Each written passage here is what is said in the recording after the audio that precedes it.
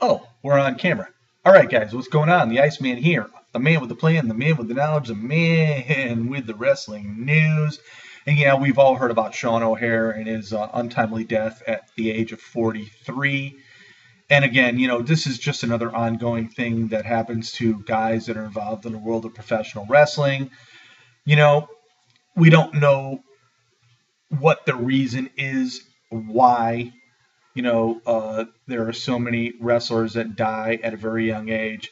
We do know that when you're in a major company and you're on a rigorous road adventure, so to speak, where you're traveling day in and day out, night in and night out, you gather all your injuries, and sometimes you get hooked on amphetamines or painkillers or anything other bigger than that.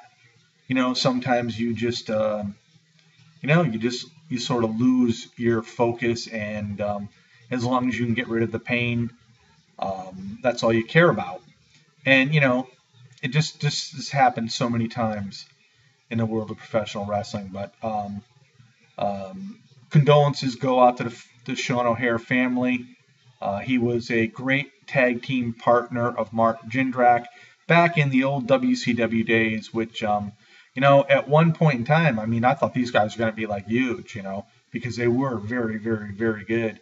But anyhow, a very sad state of affairs. And it's just another wrestler on the list that has really died, in the age bracket of 40 to 50. There's so many there. It's just totally, totally unbelievable. But anyway, Monday Night Raw. I just want to point out a fact, and I'm sure everybody that watched Raw knows this already, but when that cage was being lowered down with those spikes, you have 3 spikes on one side and 3 spikes on the other side, which are, when the cage is lowered, these spikes are guided in to a position to where the bottom of the cage can't really be moved if there's any impact with it. And when that cage was being lowered and Seth Rollins was in the way, I'm saying to myself, what is going on here? Now, one, could it be, is it due to people being released because of budget cuts, so there's less people manning the engineering situation? Or 2, does somebody need to overlook that engineering situation when there's a cage being lowered? Because, in my point of view, when a cage is being lowered to the ring, there should be cameras everywhere when this cage is being lowered to make sure that there are no obstacles whatsoever in the way, and that includes human obstacles as well. This could have been a very, very fatal accident to Seth Rollins. And to me, this is unexcusable.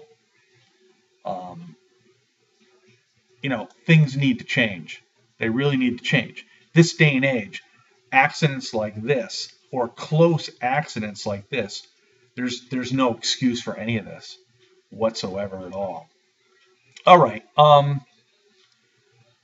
The cage match with Chris Jericho and Bray Wyatt pretty much ends that feud with Jericho and Wyatt. There are rumors about that Bray Wyatt may be going after Dolph Ziggler. Now, with this rumor being said out there, this leads me to believe that Ziggler retains at Night of Champions.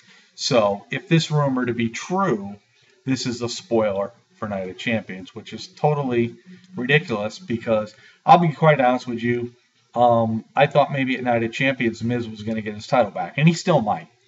But like I said, this is only a rumor because there's also rumors flying about that Bray Wyatt is the man who is going to cost John Cena his chance to get the title back against Brock Lesnar at Night of Champions, and we're going to see John Cena and Bray Wyatt at Hell in the Cell. Why would those two feud again? I don't know, but this is the WWE. Other reports, this earlier this week, and I don't think I really commented on this, and I think it's something that is worth commenting on. Stephanie McMahon has made it quite clear she wants to see more women involved in the world of professional wrestling. And in one aspect, she's talking about Renee Young, eventually wanting her to be put on the Raw announce team. Now, I personally have no problem with that. I think Renee Young is a great personality as well as a great looker. Probably to replace JBL, because we all know that JBL's plans are to leave again and climb some other mountain somewhere in the world. But my focus on all of this is, how will Michael Cole feel about Renee Young being an announced partner? Because don't you think that Michael Cole will feel threatened by Renee Young? I personally do. I think Michael Cole is very overrated. I have no problem with a woman being the lead of an announced team on a Monday Night Raw. A lot of other people may think otherwise because it's mainly a male-oriented show. But regardless, that shouldn't really make any difference in the world. I think Renee Young is a great play-by-play announcer, and I think she would do wonders for the ratings for Raw on Monday nights. So, I mean, that's my opinion there. So, anyhow, other than that,